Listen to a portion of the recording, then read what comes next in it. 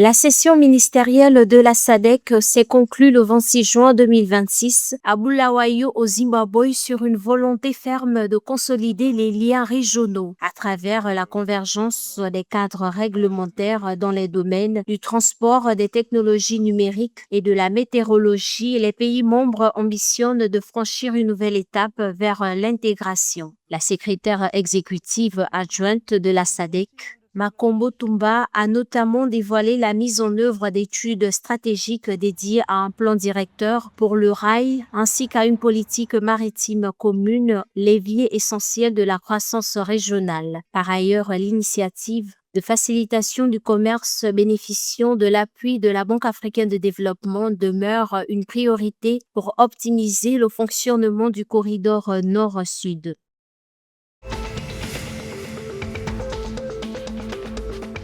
Le Botswana assurera la présidence de l'Union douanière d'Afrique australe le 15 juillet 2026. Le président Duma Boko a réaffirmé le 26 juin sa volonté de renforcer l'intégration régionale en collaborant avec la Namibie sur le chemin de fer Trans-Kalahari. Ce projet reliant les mines de charbon botswanaises au port de Walvis Bay vise à stimuler le commerce et la connectivité en Afrique australe. Cette transformation devrait accroître la compétitivité industrielle de l'Union douanière d'Afrique australe sur les marchés africains et mondiaux.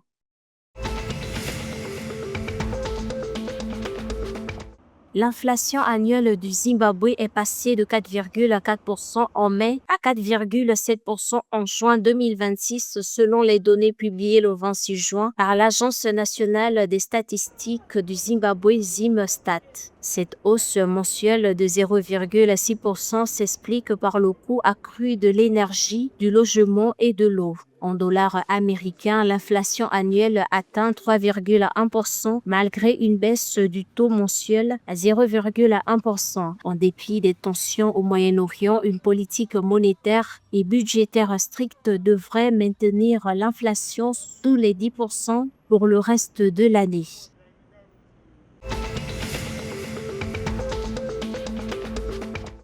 D'ici 2045, le Mozambique investira plus de 710 millions de dollars dans l'aviation civile pour moderniser ses infrastructures aéroportuaires et ses systèmes de sécurité, anticipant 2,8 millions de passagers annuels à l'aéroport de Maputo.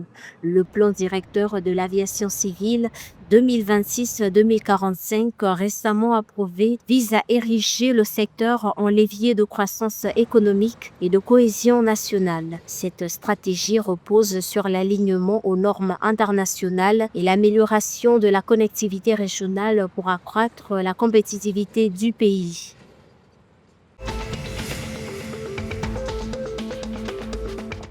La Fédération zambienne de football ambitionne de mobiliser 30 millions de dollars sur 2 ans pour développer le football. Cet objectif a été annoncé à Lusaka, la capitale, lors de la réunion inaugurale du nouveau comité présidé par Bridget Kombobe, expert en marketing, assisté de l'avocat Levis Motsu. Selon le président de la fédération Kets Mwimba, cette équipe pluridisciplinaire doit transformer le football en un secteur économique durable. Ils misent sur leur expertise pour attirer des investissements et renforcer les programmes nationaux.